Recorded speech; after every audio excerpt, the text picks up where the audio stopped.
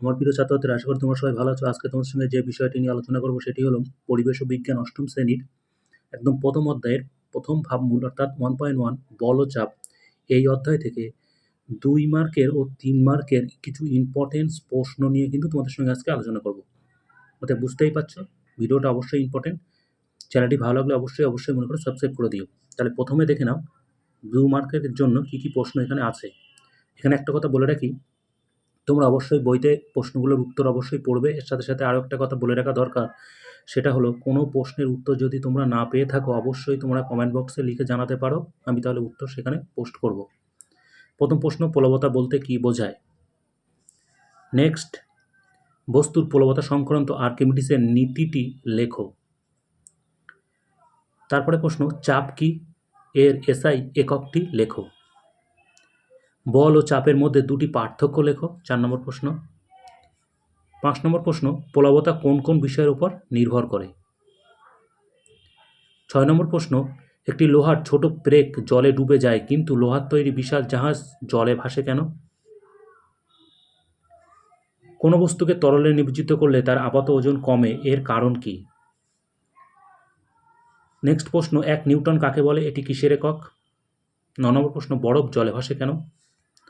10 নম্বর প্রশ্ন, বরফের উপর দিয়ে চলতে গেলে পা টিপে টিপে হাঁটতে হয় কেন? 10টা প্রশ্ন আছে 2 নম্বরের, প্রত্যেকটা প্রশ্ন কিন্তু এখানে ইম্পর্টেন্ট, আবারও বলছি। এরপরে দেখে নেব আমরা 3 মার্কের জন্য কী কী প্রশ্ন আছে। তবে একটা কথা বলে রাখা দরকার, 3 মার্কের প্রশ্ন সবসময় যে পুরোপুরি 3 নাম্বারের জন্যই থাকবে এরকমটা নয়। এটাকে নাম্বার বিভাজন 2+1, 1+1+1, অথবা উপরের যে প্রশ্নগুলো তোমরা 2 নাম্বারে পড়েছো তার সঙ্গে কিন্তু একটা 1 নাম্বারের প্রশ্ন যোগ করে দিয়ে মোট 3 নাম্বারের প্রশ্ন কিন্তু এর আসতে পারে। তাহলে বিভিন্ন টাইপের 3 নাম্বারের প্রশ্ন আসতে পারে। আমি মোটামুটি একটু বাছাই করে 3 নাম্বারের প্রশ্ন বেশ কয়েকটা আমরা এখানে রেখে দিয়েছি, তোমরা একটু দেখে নাও। পারদের ঘনত্ব 13.6 গ্রাম পার সেন্টিমিটার কিউব হলে 1 লিটার পারদের ভর কত হবে? ঘর্ষণ বল বলতে কী বোঝায়? 2+1, এখানে কিন্তু নাম্বার বিভাজনটা। নেক্সট প্রশ্ন, তরলের ঘনত্ব বলতে কী বোঝায়? এর এসআই এককটি লেখো। তরলের চাপ কোন কোন বিষয়ের উপর নির্ভর করে? এখানে কিন্তু 1+1+1 করে আছে, তার মানে প্রত্যেকটাই কিন্তু 1 নম্বরের প্রশ্ন। 3 নম্বর প্রশ্ন, ভাসমান বস্তুর আপাত ওজনহীন হয় কেন? একটি বস্তু জলে স্থির অবস্থায় ভাসছে, বস্তুটির ওজন 15 নিউটন হলে তাহলে এক্ষেত্রে প্লবতার পরিমাণ কত হবে? 2+1। নেক্সট প্রশ্ন, বিশুদ্ধ পারদের ঘনত্ব সিজিএস পদ্ধতিতে কত?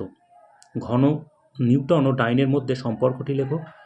টেবিলের উপর রাখা একটি স্থির বস্তুকে 9.8 নিউটন বল দ্বারা টানা সত্ত্বেও বস্তুটি স্থির অবস্থায় আছে, এক্ষেত্রে ঘর্ষণ বলের মান কত বার করতে হবে। নেক্সট প্রশ্ন, 2 মিটার স্কোয়ার মানে 2 বর্গমিটার অঞ্চল জুড়ে 14 নিউটন বল কাজ করছে, চাপের মান কত হবে? এটা কিন্তু অঙ্কের প্রশ্ন। এই ছিল 3 নম্বরের প্রশ্ন।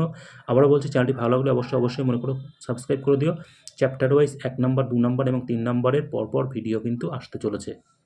ধন্যবাদ, ভালো থেকো।